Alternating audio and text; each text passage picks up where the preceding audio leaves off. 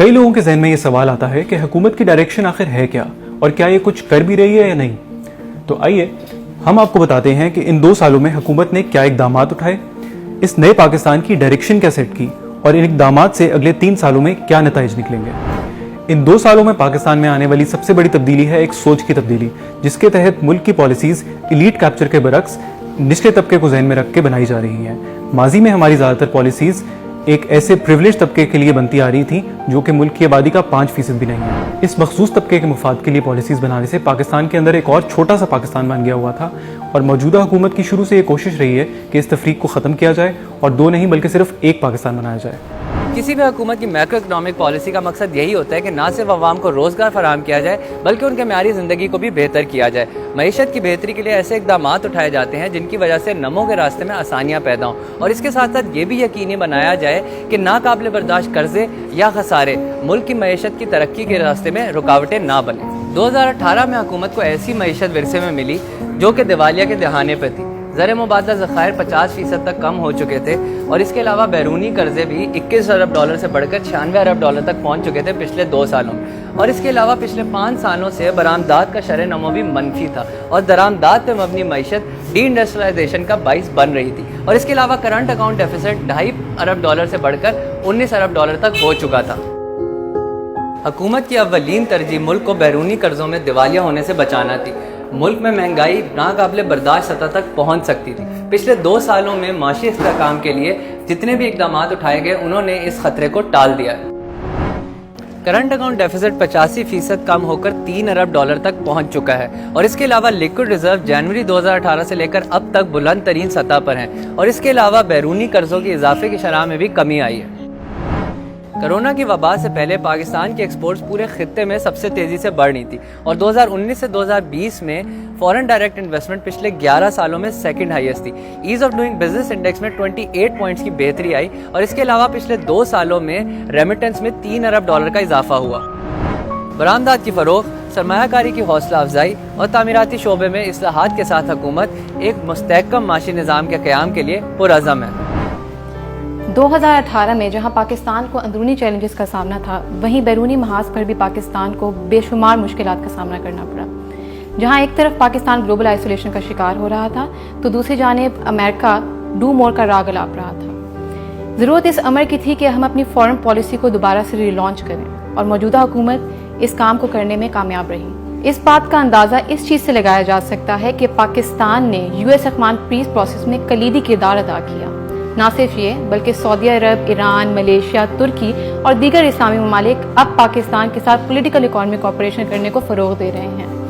پاکستان اور چائنا کے بھرپور تعاون کی وجہ سے سی پیک میں ایک نئی جان پھونک دی گئی, جس کے باعث سی پیک اپنے دوسرے مرحلے میں داخل بھی ہو گیا اور تعمیری کام تیزی سے جاری ہے. وہ پاکستان ہی تھا جو مظلوم کشمیریوں کی آواز بن کر ابھرا اور بھارت کے شفاف چہرے کو دنیا کے سامنے لایا. نہ صرف اقوام متحدہ میں بلکہ انسانی حقوق کی مختلف تنظیموں میں مسئلہ کشمیر کو اجاگر کروایا. وزیر اعظم عمران خان اوورسیز پاکستانیز کو ملک کی بیک بون تصور کرتے ہیں, اسی لیے بیرون ملک پھنسے پاکستانیوں کے لیے اسپیشل فلائٹس آپریشن کا اہتمام کیا گیا. نہ صرف یہ بلکہ 8000 سے زائد قیدیوں کی رہائی اور ان کی وطن واپسی کو بھی یقینی بنایا گیا. اس کے علاوہ PM عمران خان کے گلوبل ڈیٹ ریلیف انیشیٹو کو عالمی پذیرائی ملی, جس کا مقصد کووڈ-19 کے تناظر میں ڈیولپنگ کنٹریز کے لیے قرضوں میں نرمی فراہم کرنا تھا. قصہ مختصر یہ کہ وہی پاکستان جس کو پوری دنیا کسی خاطر میں نہیں لا رہی تھی, اب پاکستان کے کووڈ-19 کے اقدامات کو سراہ رہی ہے. اس کے علاوہ پاکستان کے انوائرمنٹ فرینڈلی اقدامات کے تحت پاکستان کو ورلڈ کی بیسٹ ٹورسٹ ڈیسٹینیشن میں شمار کیا جا رہا ہے. اس کے ساتھ ساتھ ماحولیاتی تبدیلی پر حکومتی سنجیدگی ایک سرسبز, محفوظ اور صحت مند مستقبل کی منہ بولتی دلیل ہے.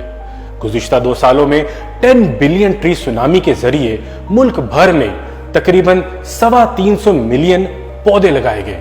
اس کے ساتھ ساتھ 83,000 لوگوں کو نوکریاں بھی پرووائڈ کی گئی. کرونا کے اس مشکل وقت میں یہ نوکریاں کسی امید کی کرن سے کم نہیں تھی. انہی 2 سالوں میں پروٹیکٹڈ ایریاز انیشیٹو کے تھرو 15 نیشنل پارکس کو ڈیولپ اور پروٹیکشن دینے کی منظوری دے دی گئی, جس کے ذریعے ہزاروں لوگوں کو نوکریاں ملیں گی. بہت ساری جنگلی حیات کو محفوظ کیا جائے گا اور اس کے ساتھ ساتھ ایکو ٹورزم کو بھی فروغ حاصل ہوگا.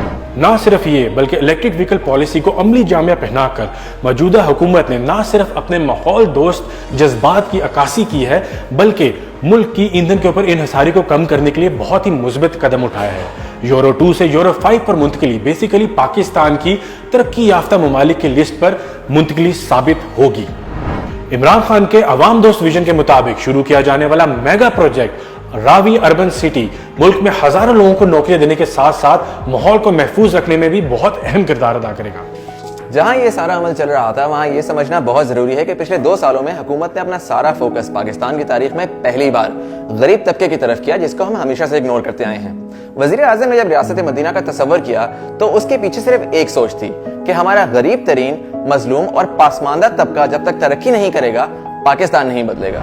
اسی سوچ اور جذبے کے تحت احساس پروگرام لانچ ہوا، جس میں ریاست غریب ترین طبقے کو احساس کفالت، احساس انٹرسٹ فری لونز، لنگر اور پناہ گاہ جیسے دسیوں پروگرامز فراہم کر رہی ہے۔ اسی کے ساتھ ساتھ جب کووڈ کے دوران غریب اور محنت کش لوگ معاشی بدحالی کا شکار ہوئے تو احساس ایمرجنسی کیش کے تحت 200 ارب روپے ایک ریکارڈ ٹائم میں 1 کروڑ 60 لاکھ خاندانوں میں تقسیم کیے گئے۔ اسلامی فلاحی ریاست کے پیچھے فلسفہ بڑا سمپل ہے کہ جب ہمارا غریب ترقی کرے گا پاکستان ترقی کرے گا۔ بہت عرصہ ہم نے اپنی پالیسیز ٹاپ 5% کے لیے بنائی اور اس کی وجہ سے کروڑوں لوگ غربت کی لکیر سے نیچے ہی رہ گئے، لیکن اس نئے پاکستان میں جب ہمارا غریب خوشحال ہوگا تو پاکستان کو ترقی سے کوئی نہیں روک سکتا۔ یہ تھا وہ خواب جو قائد اعظم نے دیکھا تھا اور انشاءاللہ ہم یہ